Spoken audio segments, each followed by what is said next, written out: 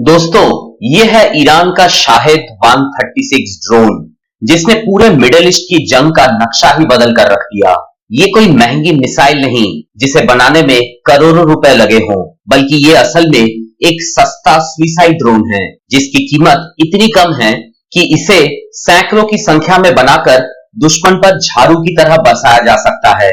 और अब खबर आई है कि भारत भी ऐसा ही खौफनाक हथियार बना रहा है।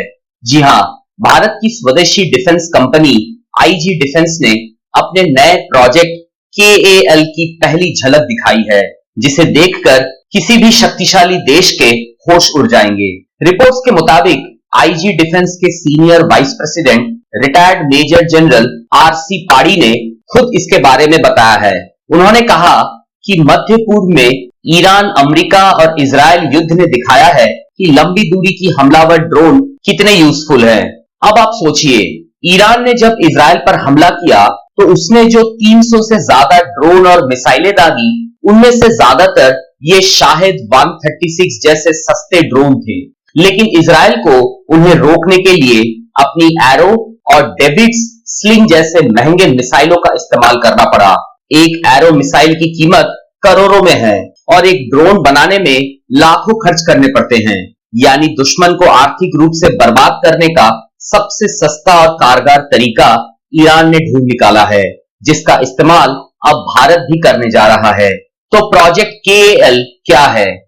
चलिए इसे ऐसे समझते हैं। मान लीजिए कि आपको दुश्मन के इलाके में गहराई पर स्थित एक फैक्ट्री उड़ानी है। पहले आपको अपना पायलट भेजना पड़ता, उसकी जान जोखिम में डालनी पड़ती, फिर आपको उस फैक्ट्री को उड़ाने के लिए महंगी मिसाइलें दागनी पड़ती। लेकिन अब आपके पास एक ऐसा ड्रोन है जो बिना पायलट के हजारों किलोमीटर दूर तक जा सकता है। ये हवा में 3 से 5 घंटे तक रुक कर रह सकता है और हवा में ही मंडराते हुए अपना सही टारगेट खोजने लगता है, और जब मौका मिलता है तो टारगेट पर गिरकर खुद को धमाके से उड़ा लेता है।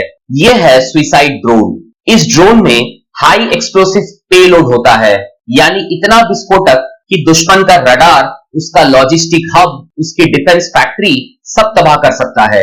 कैच ये है कि प्रोजेक्ट केएएल अभी शुरुआती चरणों में है।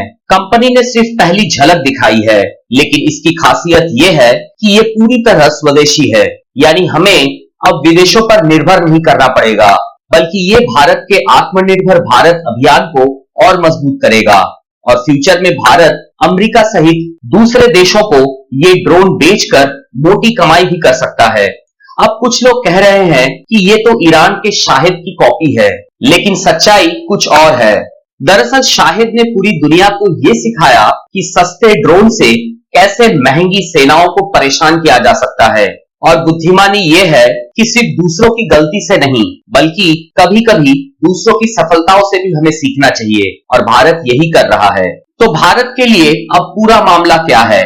पहला, हमारी सेना को एक सस्ता, सटीक और दूर तक मार करने वाला हथियार मिलेगा।